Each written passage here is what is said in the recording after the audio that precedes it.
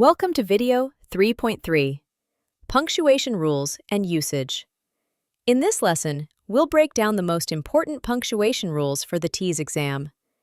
You'll learn how to correctly use commas, apostrophes, quotation marks, colons, semicolons, and more, plus how to spot the most common punctuation errors.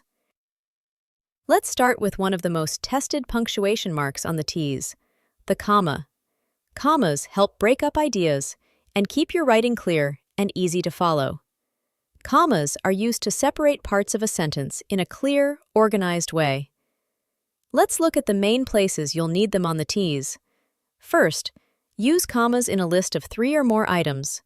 For example, she bought apples, bananas, and oranges. The comma before "and oranges" is called the Oxford comma, and it's recommended on the TEAS for clarity. Next, use a comma after an introductory word or phrase. Take these examples. After the test, we went to lunch. However, the data was inconclusive. Also, place a comma before a coordinating conjunction, fanboys, that joins 2 independent clauses. For instance, he studied hard and he passed the exam. Then, use commas to set off non-essential or extra information in the middle of a sentence. Here's how that looks. Mr. Thompson, our math teacher, gave us a surprise quiz.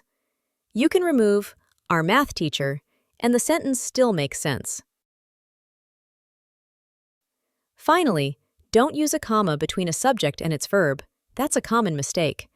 Here's an incorrect version. The students who studied passed the test. And here's the correct version. The students who studied passed the test. TEAS tip. When in doubt, read the sentence out loud. If you naturally pause or take a breath, that might be where a comma belongs, but always check that it follows a rule, not just a feeling. Next, let's look at apostrophes, which are often tested in questions about possession and contractions on the TEAS. We use apostrophes in 2 main ways, to show possession and to form contractions. First, use apostrophes to show possession, that something belongs to someone or something. For a singular noun, the girl's notebook was missing. This means one girl owns the notebook. For a plural noun ending in "se", the girls' notebooks were missing. This means more than one girl owns the notebooks. Next, use apostrophes to form contractions, when you combine 2 words into one shorter word. For example, don't means do not. It's means it is. There means they are. Be careful with commonly confused words, especially it's versus its. It's with no apostrophe is possessive. The dog wagged its tail. It's with an apostrophe is a contraction for it is. It's going to rain. TEAS tip. If you can replace the word with it is, then use the apostrophe. If not, leave it out. Now, let's talk about quotation marks, used to show dialogue, direct quotes, and sometimes the titles of shorter works. Quotation marks are used in a few key ways on the TEAS. Use quotation marks around direct speech or exact quotes. For example, she said, "I love biology." The exact words spoken go inside the quotation marks. Next, remember that punctuation, like commas or periods, goes inside the closing quotation mark, like this. "I passed the test," he said. If you're quoting someone who is quoting someone else, use single quotes inside double quotes. Example, he said, "Did she really say, 'I'm done'?" Also, use quotation marks for the titles of short works, like short stories, poems, articles, songs. For example, we read "The Road Not Taken" in class. TEAS tip. If it's a short work that's part of something bigger, like a poem in a book or a song on an album, it usually goes in quotation marks. Save italics or underlining for longer works like books, movies, or newspapers. Next, we'll cover semicolons and colons, 2 small but powerful punctuation marks that often appear in TEAS grammar questions. Let's start with the semicolon.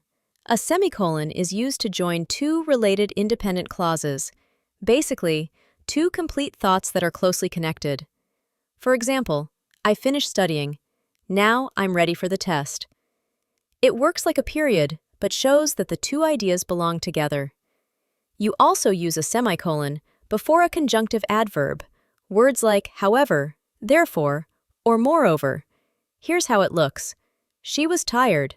However, she kept working. Now, let's look at the colon. A colon is used to introduce a list, explanation, or example, but only after a complete sentence. For instance, bring these supplies, pencils, paper, and a calculator.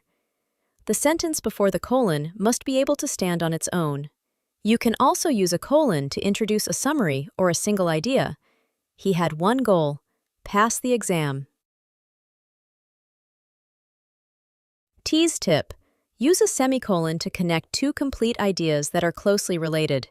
Use a colon to set up something that follows, like a list, explanation, or emphasis. Let's finish with a few quick punctuation rules that also show up on the TEAS.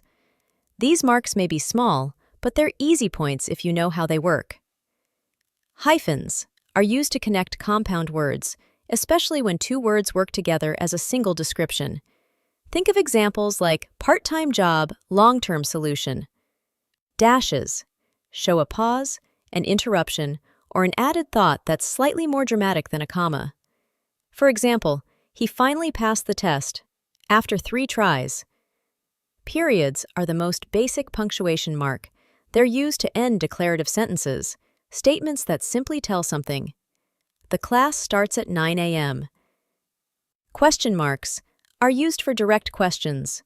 Are you ready for the test? Exclamation marks show strong emotion or excitement. We won! TEAS tip: use punctuation to make your meaning clear. Too little punctuation causes confusion.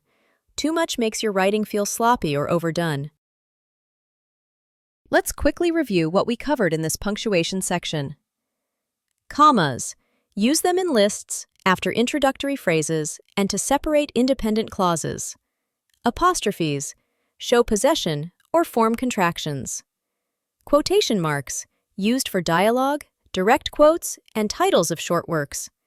Semicolons. Join related complete sentences. Colons. Introduce lists, examples, or explanations.